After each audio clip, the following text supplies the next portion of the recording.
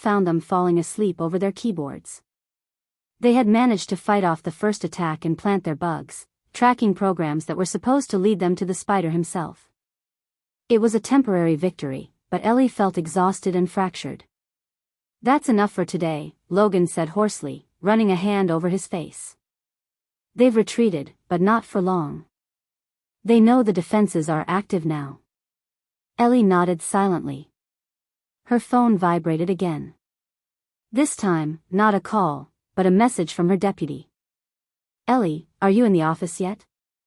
Harrison is here. He's with 2 of his men, asking for access to the server room. He says he received intel about a potential threat. Look serious." "What should I do?" An icy shiver ran down her spine. Luke was already here. And he clearly hadn't believed her brush off from the night before. "Trouble?" Logan caught her panic. "Luke is at my office. He knows something. Or suspects," he smirked. His old job was suspecting everyone and everything. "Run along, CEO. Your safe harbor is waiting with bated breath." There was a poisonous mockery in his voice. Ellie jumped up, grabbed her bag. "What do we do next?" she asked, already at the door. "I'll keep digging here. You, pretend you know nothing and try to stop Harrison and his bulls from tearing everything apart. Keep me posted." Her company's office was immersed in the usual morning bustle, but the atmosphere was oppressive. Luke Harrison stood in the middle of the open space, his back rigid. Next to him were 2 burly men in severe suits, his specialists. His whole demeanor radiated cold fury. "Ellie," he nodded as she approached. His gaze slid over her face, over the simple t-shirt and jeans she clearly hadn't slept in at her apartment. "Did you rest well? What's going on, Luke?" She ignored his jab, trying to sound confident. "Intel from my sources came in. There was an attempted unauthorized access on your network last night. Targeted and professional. I want to conduct a full security audit. Now." His words hung in the air. He wasn't asking for permission. He was demanding it. "Luke, I appreciate your concern, but this is my company. I am the head of security here," Ellie parried. "Any checks must be coordinated with me." "What sources exactly? Where's the information from?" Their eyes locked like crossed blades. For the first time, a spark of genuine conflict flashed between them. "My sources are reliable," he cut her off. "And if there's a threat, we can't waste time on bureaucracy. Or do you have a reason to delay this audit, Ellie?" He stepped closer, lowering his voice so only she could hear. "Where were you last night? You weren't home." "I checked." Ellie felt the blood drain from her face. He had been watching her. "You." "What?" "You had me followed?" she whispered, struggling to contain her anger. "I'm protecting my investment. And you. Even if you don't want to admit it. There's danger coming from that guy, Ellie. I can feel it in my gut." At that moment, one of Ellie's assistants, a young man named Leo, nervously approached them. "Miss Thorne, Mr. Harrison. Maybe it's not the right time, but I was checking the server logs, like you asked after yesterday's event, Miss Thorne. And I found something strange." He handed her a tablet. The screen showed connection data. Among hundreds of legitimate requests, one stood out. It came from a masked IP address, but Leo's algorithm had picked up a digital fingerprint, a signature. A signature Ellie would recognize among thousands. It was Logan's handiwork. But not from last night. An older, cruder one. The kind he used 3 years ago. And the connection time. Half an hour before the spider's attack began yesterday. Ellie's heart sank. Logan had said he started the investigation only after she came to him. But this data said he had penetrated her system even before their meeting at the presentation. "They're already inside," he had said then. But what if they was him? What if he wasn't hunting the spider, but was a part of it? Or playing his own game? Luke, watching her pale face, gave a grim smile. Find something interesting? His voice was quiet and hard. Ellie looked up at him. She saw in his gaze not just jealousy or a desire for control. She saw a sincere conviction that he was right. And now, with this data in her hands, her own confidence in Logan was cracking. Who to believe? Luke, who had her followed, but whose motives seemed surface level, protection and possession. Logan, who had returned from nowhere with a story about a government conspiracy and a mysterious hacker group, but who had just been caught in a lie. Or perhaps, the most terrifying question wasn't about which one of them was right, but whether they were both right about each other. Could they both be dangerous in their own ways?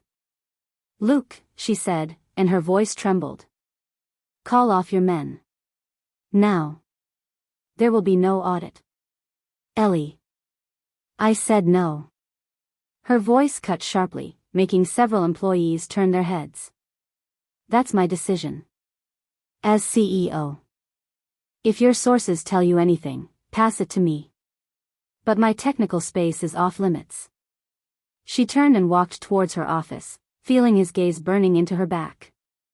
She had just burned her bridge with Luke. For Logan. For a man who might be deceiving her again.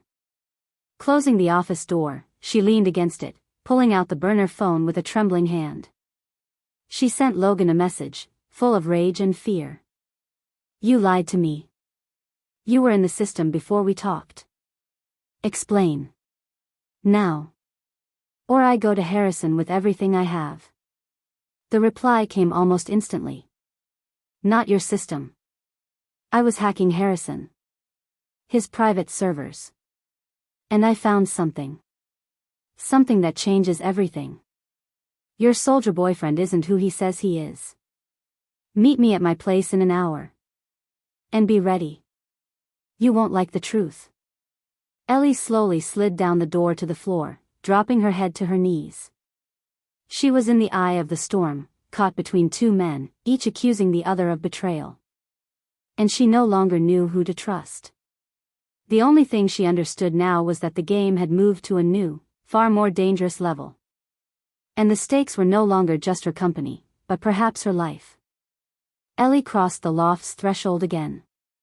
This time, she wasn't driven by a sense of duty or fear for her company.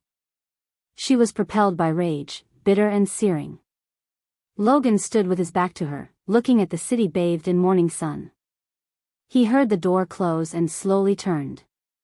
His face was tired but composed. Well?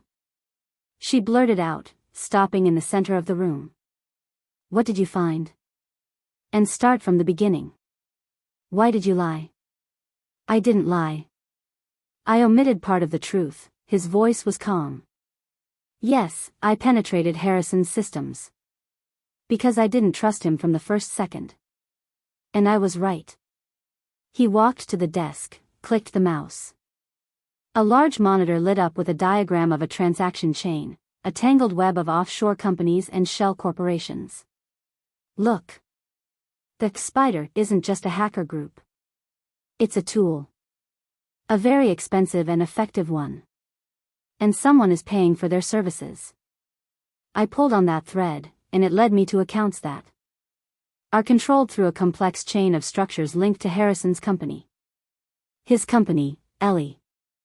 Ellie stared at the screen, refusing to believe it. That doesn't mean anything. He has a huge business, contracts all over the world. Those could be payments from any client. Maybe, Logan agreed. But there's one detail. The Spider's attack on you began exactly 1 week after you signed the contract with him and he got full access to your software architecture. Before that, your system was clean. A coincidence? He moved closer to her. She didn't retreat, feeling adrenaline coursing through her. He's not your savior, Ellie. He's an investor. And possibly, a raider. He puts money in to gain control. And your software is the key to his next deals. Or, more likely, to government contracts you know nothing about. The spider isn't hacking you. They're helping him create a pretext for his people to come in and restore order, your order. Taking all the data. Prove it, she whispered, feeling the ground give way beneath her. That's just your theory. I can't prove it 100%. But I can prove something else. He stopped a centimeter from her. His warmth radiated from him in waves. That this is still here between us. He didn't kiss her. He just raised his hand and slowly, giving her time to pull away, touched her cheek. His fingers were rough, warm. A touch she remembered in minute detail. Ellie froze. Every cell in her body screamed for her to push him away. But she couldn't move. That touch was like a key, unlocking a door behind which she kept all her emotions under lock and key. Years of anger, resentment, longing, it all came flooding out, mingling with the poisonous doubt about Luke and the fear for her future. I hate you for what you did, she exhaled, and her voice trembled. I know, he said quietly, his thumb stroking her cheekbone. And I don't care. Because I've missed you. Every day. His words shattered her defenses to pieces. She closed her eyes, and the first tear rolled down her cheek, right under his fingers. And then he kissed her. It wasn't a gentle kiss. It was a collision, lips full of anger, forgiveness, longing, and fury. It was a battle with no winner or loser. His arms wrapped around her waist, pulling her against him so tightly she could feel every muscle of his body through the thin fabric of her t-shirt. Her fingers dug into his hair, pulling him even closer, as if she was afraid he would disappear again. This kiss was both an answer and a question. An admission and an accusation. It held everything, the pain of the past, the danger of the present, and the unbearably tempting, frightening possibility of a future. When they finally broke the kiss to catch their breath, he pressed his forehead against hers. Their breathing merged into one ragged, uneven whole. Stay with me, he whispered, his lips brushing her skin. Help me get to the truth. Don't run from this. Don't run from me. Ellie opened her eyes. She saw his face so close, tired, intense, but with that same fire that had once burned her to the ground. She was on the edge of an abyss. On one side, Logan, his truth, his dangerous kisses, and a world of chaos. On the other, Luke, his stability that now seemed like a deception, and the promise of safety that was perhaps the biggest lie of all. And in the silence of the loft, under the sound of their shared heavy breathing, she knew that her choice, made a second ago in that kiss, had already changed everything. Forever. She slowly nodded. I'll stay, she said, and her voice found its firmness again. But if you lie to me again, Logan Mitchell, this time I will destroy you myself. He smirked, and a dark satisfaction flared in his eyes. Frankly, I'd expect nothing less.